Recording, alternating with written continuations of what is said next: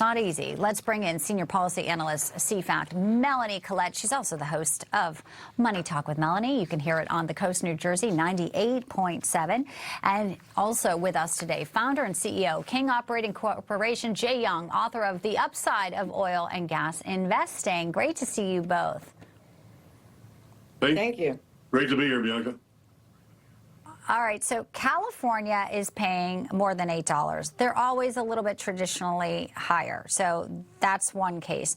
The other story interesting today, outside of what President Trump is saying is going to help, is that the White House may waive this Jones Act. It's a 1920s law that makes gas more expensive because goods have to go through U.S. ports, U.S. flagged vessels. I'll start with you, Jay. These are moves that obviously the administration is making because they know the pain at the pump is very real. So will it translate into, I guess, relief with Americans mentally?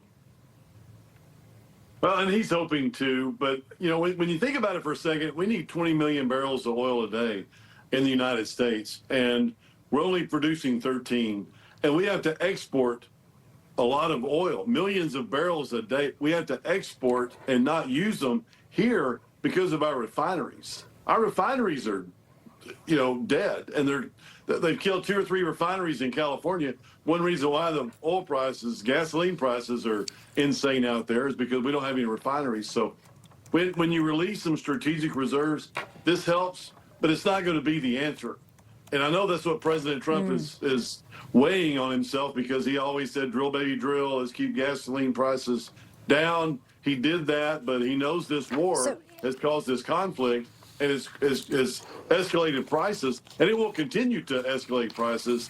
We're not going to see prices, even after the war, go down very far, but we're also going to see the prices that are going to continue to go up right now because, you know, with this Strait of Hormuz. Yeah, of course. It's about. Yeah. I want to jump in real quick so I can get Melanie into the conversation. So President Trump did announce a $300 billion oil refinery, Brownsville, Texas. That came yesterday. Obviously, again, that's not immediate. It's going to be built. But this is the message President Trump has been saying. We need to be energy dominant. We also know that we're working with Venezuela as well. Melanie, I'm not sure if you agree with Jay on the prices and how they may come down. Obviously, the president with the Jones Act today, the administration, they're trying to do everything. And we've been hearing from Energy Secretary Chris Wright saying this isn't that we don't have enough. It's just it is war and markets are rattled because of the uncertainty, Melanie. Right. So you have the uncertainty and fear, and you also have a transportation problem, not necessarily a supply problem if you can't get through the strait. And I do think that there are also other things that the Trump administration is doing, like trying to be a backstop for insurance companies so that shippers don't lose their insurance, their maritime insurance.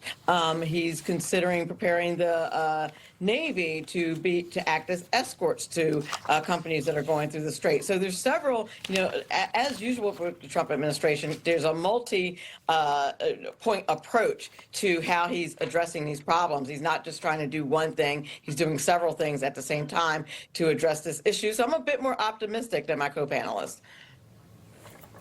All right. And again, we know that markets hate volatility and the uncertainty, so this is to be expected. Even President Trump had said, I knew that there would be a rise in prices. How much, for how long? And obviously that critical Strait of Hormuz will determine a lot of that. Great to see you both, Jay and Melanie. Come back soon. Appreciate it.